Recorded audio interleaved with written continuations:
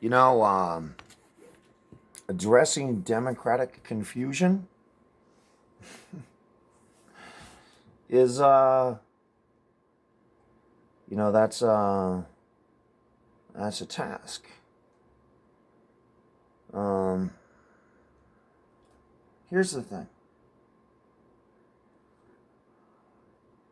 the Democrats like to scream about democracy. Okay, they scream about democracy as they undermine the democratic system. Now, here's the thing, and I'm going to explain where the confusion comes in here, and this is why we have ultra conservatives that are in charge. It's all narcissism. It's all narcissism.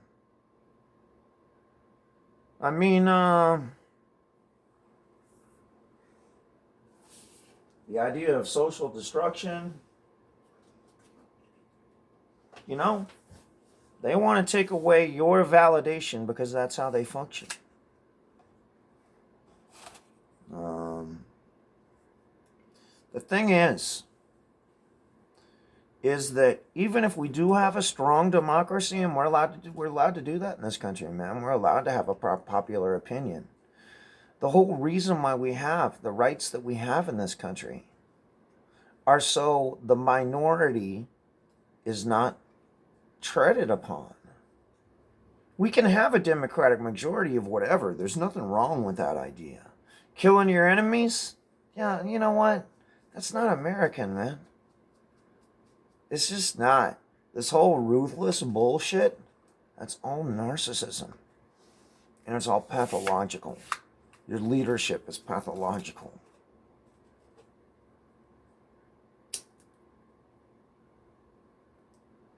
They want to scream about democracy, the check to that democracy, and they don't seem to understand this idea because they don't respect the fact that we're a republic. It's like, look at how little respect they have for the Constitution of the United States of America with continuing this impeachment. They're going to shit all over that document as much as they can unless they are held accountable to it and checked. Because they don't give a fuck about your paper. They don't care about your community agreement. They just want to kill you.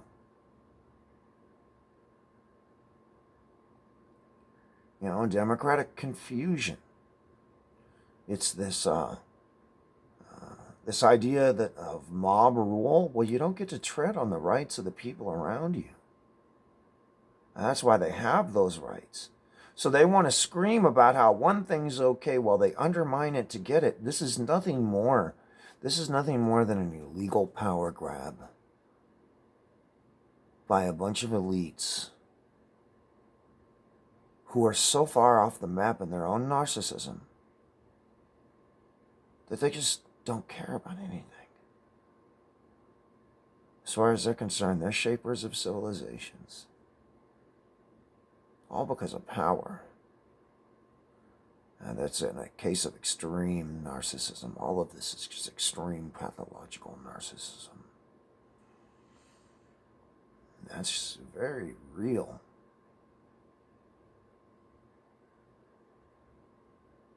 So when you're fighting a narcissist, the trick is to not fight. Don't let them define the battlefield.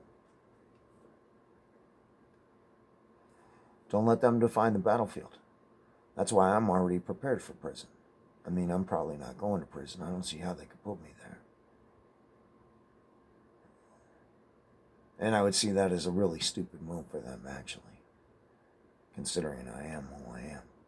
That's probably the last thing they want. It's probably the last place they want.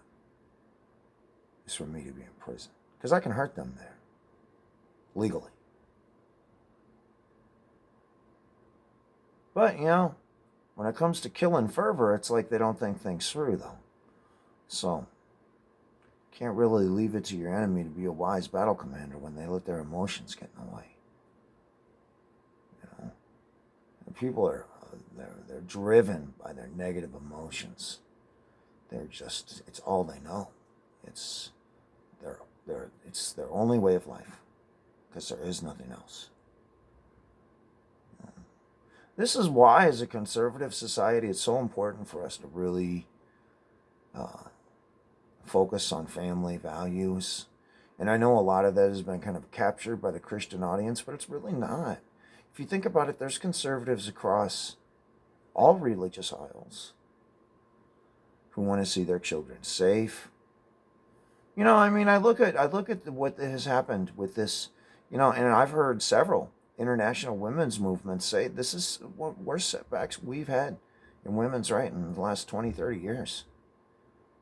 Putting our girls at risk. It's sexual risk. And why are you doing that?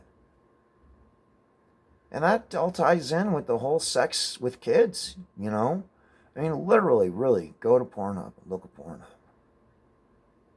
It's all about having brother sex, sister sex, incest. I mean, it's just, it's kind of like a toilet bowl.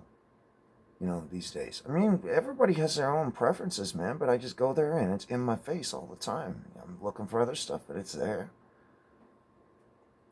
And it's obvious. Protecting our children. I look at how our schools are structured. The thing is if our government wants to use their policy, that's where we just need to get rid of that policy. You know what I mean? That's where the smaller government idea pays in. They shouldn't have any ability to do the things that they're doing, man. This is, it's literally,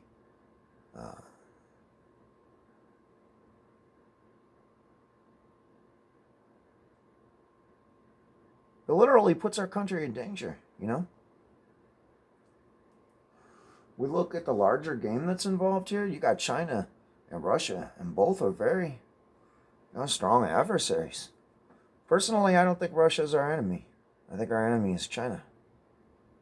And I think our enemy is China until they realize their socialist shit isn't going to work. And they're going to have to try something else. The simple fact is capitalism helps more people out of poverty than any other fucking belief system. And to move forward into the future in a way that represents freedom and represents respect for human rights is going to require us just embracing the idea of capitalism and expanding that idea of capitalism, not shrinking it. We do that.